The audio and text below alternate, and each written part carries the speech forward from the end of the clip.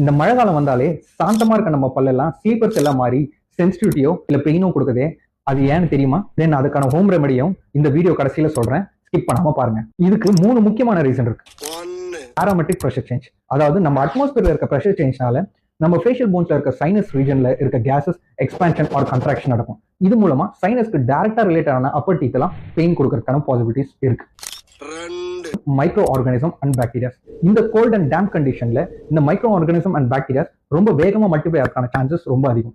அதனாலேயே நம்ம டீத்ல இருக்க சின்ன சின்ன சொட்டைகளோ இல்ல கம்ஸ் அடியில இருக்க மைக்ரோ ஆர்கானிசமோ ஈஸியா மல்டிப்ளை ஆகி அதனால சென்சிட்டிவிட்டியோ இல்ல பெயினோ கொடுக்கறதுக்கான பாசிபிலிட்டிஸ் ரொம்ப அதிகம். எக்ஸ்போஸ் டென்டின், நம்ம டீத்ல மொத்தம் 3 லேயர் இருக்குங்க.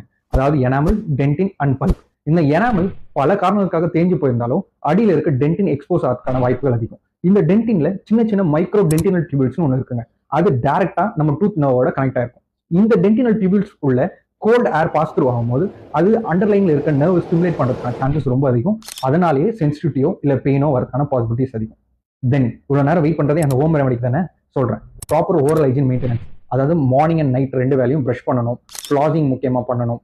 தென் கல்லுப்போ இல்ல சால்ட்டோ ஒரு கொஞ்சம் வெது தண்ணியில போட்டு வாய் கொப்பிச்சு தூக்கணும்.